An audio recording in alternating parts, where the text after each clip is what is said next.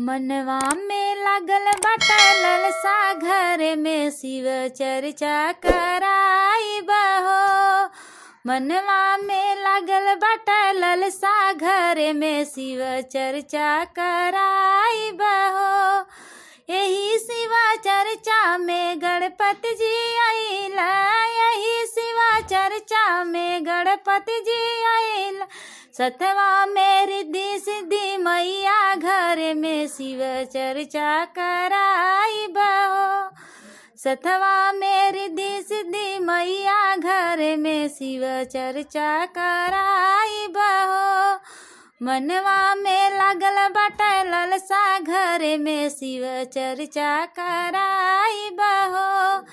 यही शिव चर्चा में ब्रह्मा जी आइला, यही शिव चर्चा में विष्णु जी आइला।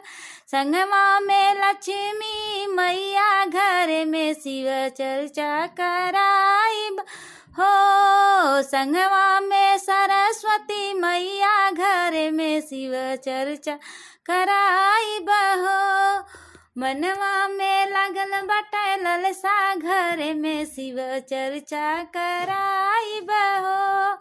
मनवा में लागल बाटे ललसा, घर में शिव चर्चा कराइब हो। यही शिव चर्चा में राम जी आइले, यही शिव चर्चा कृष्ण जी आइला। सतवा में राधा मैया, घर में शिव चर्चा कराइब हो। संगवा में सीता मैया, घर में शिव चर्चा कराइब हो। मनवा में लागल बाटे ललसा, घर में शिव चर्चा कराइब हो। मनवा में लागल बाटे ललसा, घर में शिव चर्चा कराइब हो। यही शिव चर्चा में शिव गुरु आइला, यही शिव चर्चा में शिव गुरु आइला। सतवा में गौरा मैया, घर में शिव चर्चा कराइब हो।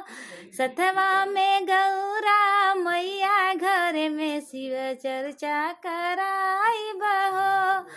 यही शिव चर्चा में हरेंद्र भैया आइला, यही शिव चर्चा में हरेंद्र भैया आइला। संगमा में नीलम दीदी, घर में शिव चर्चा कराइब हो। संगमा में नीलम दीदी, घर में शिव चर्चा कराइब हो।